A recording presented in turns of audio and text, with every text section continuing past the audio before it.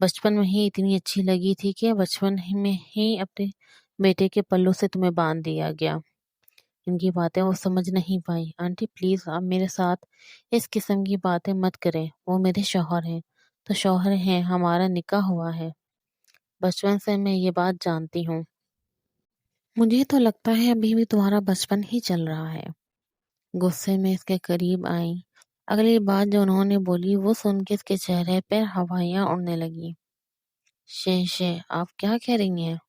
ایسے میں آپ کو کیوں ثابت کروں کہ وہ میرے شوہر ہیں؟ جب وہ میرے شوہر ہیں سب لوگ جانتے ہیں۔ جب تک تم ثابت نہیں کرو گی میں تمہاری بات نہیں مانوں گی کہ وہ تمہارا شوہر ہے۔ تم دونوں کے درمیان کوئی اچھا رشتہ ہے۔ وہ نہ جانے کتنی دیر تک ان کی طرف دیکھتی رہی۔ میں ابھی آپ کو پھر ثابت کر کے دکھاؤں گی۔ ان کی ہاتھ میں موجود وہ کپڑا پکڑ لیا۔ اسے کچھ باتوں کا تو علم تھا، اس کی ماں نے اسے بتایا ہوا ہی تھا، مگر اس سے زیادہ کیا ٹھیک کیا غلط ہے، میاں بیوی کا کیا رشتہ ہوتا ہے، اتنا تو وہ جانتی ہی تھی۔ اسے ضرور پر غصہ آیا ہوا تھا، وہ اسے پاگل اور پھوڑ کہہ کر اس سے دور چلا گیا تھا۔ وہ کپکپاتے ہوئے ہاتھوں میں وہ کپڑا پکڑتے ہوئے اس کی طرف گئی۔ اس وقت اس نے جا کے دروازہ کھولا تو سامنے پنچنگ بیگ پر مسلسل مکے مارے جا رہا تھا، پورا پسینے میں شرابور ہو چکا تھا۔ چلتے ہوئے اس کے پاس آئی۔ مجھے آپ سے کچھ بات کرنی ہے۔ کمرے میں جاؤ، وہاں پہ آ کے بات کروں گا، سخت لہجے میں بولا گیا۔ اس کے پھولے ہوئے مسلز اور اس کی باڈی کو دیکھنے لگی۔ جہاں وہ کالج میں پڑھتی تھی وہاں پہ سارے برگر قسم کے لڑکے تھے، اس میں کبھی ایسی باڈی کسی کی نہیں دیکھی جیسے اس کے شوہر کی تھی۔ میں نے کیا بولا؟ یہاں سے جاؤ، میں تم سے بات کرتا ہوں، وہ غصے میں چلاتے ہوئے بولا تو وہ عصابت میں سر ہلاتی کمرے میں آ گئی۔ کافی وقت بعد وہ صرف بنیان میں ملبوس، نیچے اس نے ٹراؤزر پہنا ہوا تھا، آیا۔ ہاں بولو، کیا بات کرنی ہے؟ وہ سنجیدگی سے بولی۔ ابھی تک بھی اس کی نگاہیں اس کے پھولے ہوئے مسلز اور اس کی باڈی کی طرف ہی تھیں۔ اس کی بازوؤں کو دیکھنے لگی۔ اگلے ہی لمحے چلتے ہوئے اس کے پاس آیا۔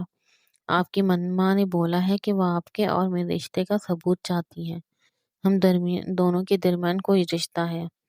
اس کی پشنی پہ بل نمودار ہوئے۔ کیا فضول بکواس کر رہی ہو؟ اس کی بات کا مطلب وہ اچھی طرح سمجھ چکا تھا۔ اس کے ہاتھ میں موجود وہ کپڑا، وہ ہر چیز سمجھ چکا تھا۔ تمہارے اندر اب اتنی تڑپ ہے اور تم میری ماں پہ الزام لگا رہی ہو؟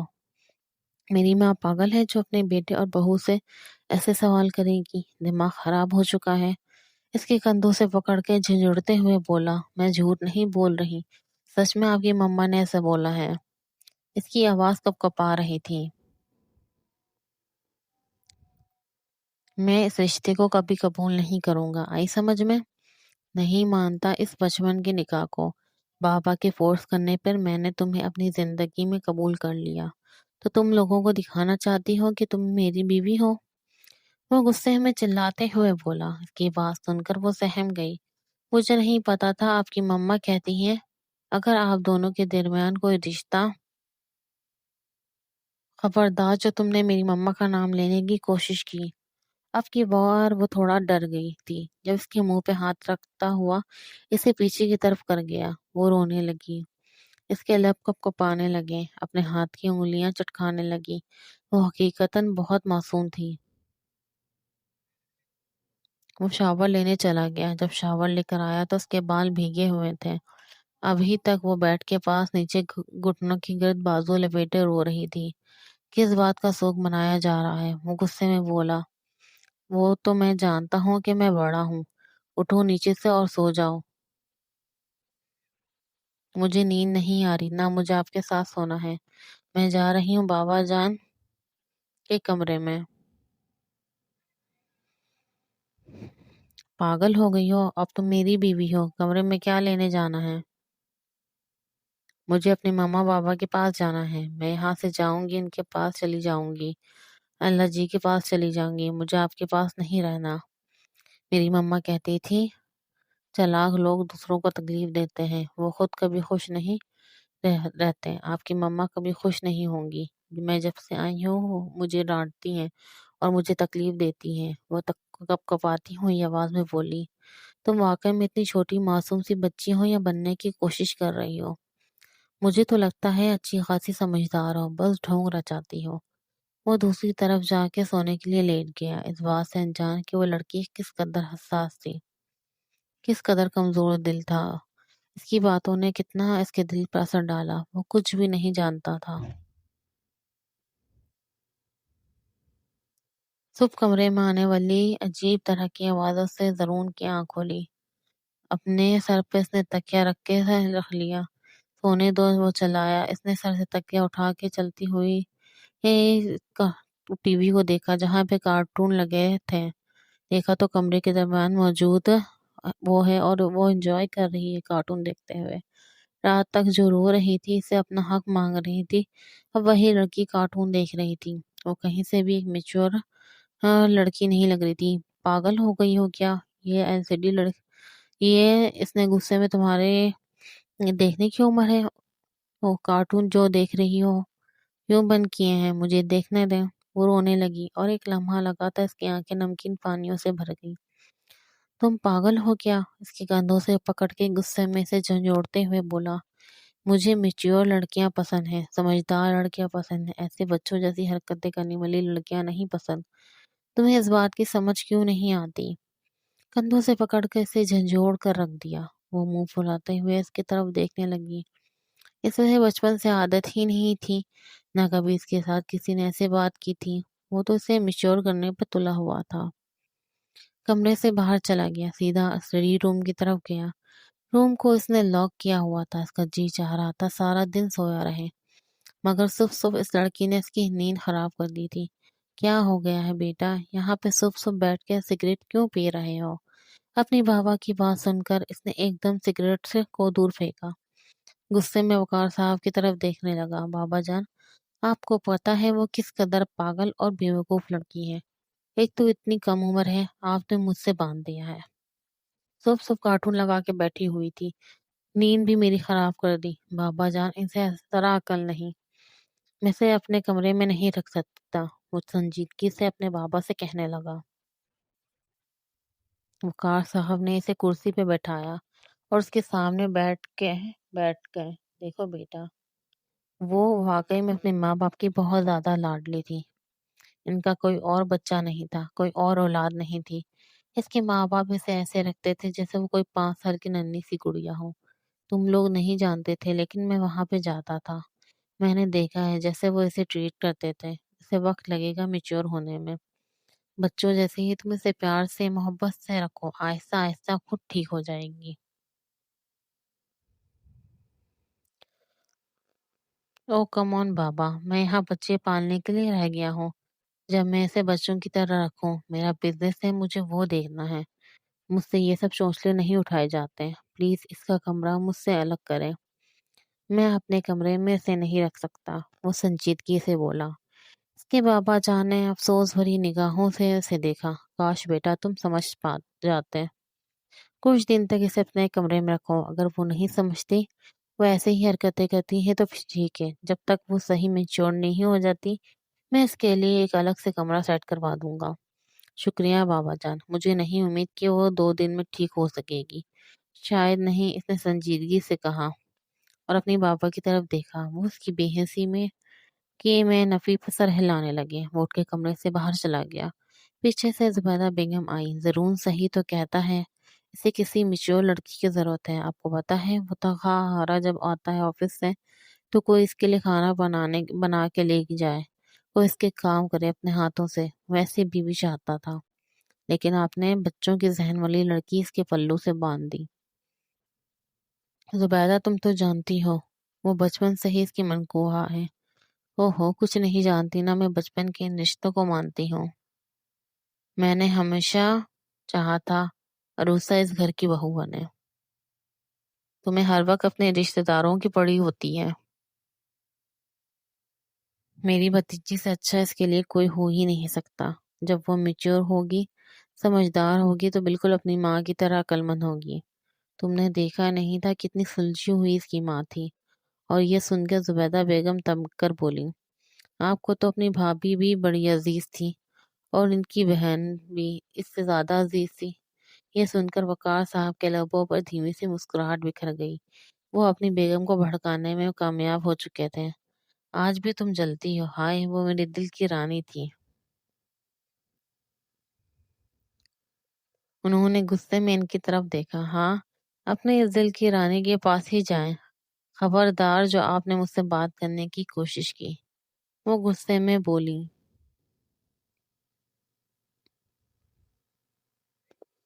بیگم مذاق کر رہا ہوں، ہنستے ہوئے اس کے پیچھے آئے۔ خبردار آپ نے مجھ سے اپنی بیوی کہا۔ نہیں ہوں میں آپ کی بیوی۔ اچھا سوتیلی بھی بن کے تو رہا کرو، سگی نہ ہی ہو تو۔ میں آپ کی سوتیلی بھی نہیں، سگی بھی نہیں۔ ان کے آپس میں نوک جھونک چلتی ہی رہتی تھی، جبکہ وہ سنجیدگی سے اب ڈائننگ ٹیبل پہ بیٹھا ناشتے کا انتظار کر رہا تھا۔ وقار صاحب نے عجیب نگاہوں سے زرون کی طرف دیکھا۔ نہیں مطلب تم نے شاور بھی نہیں لیا، کچھ بھی نہیں کیا، ایسے ہی ناشتہ کرنا ہے؟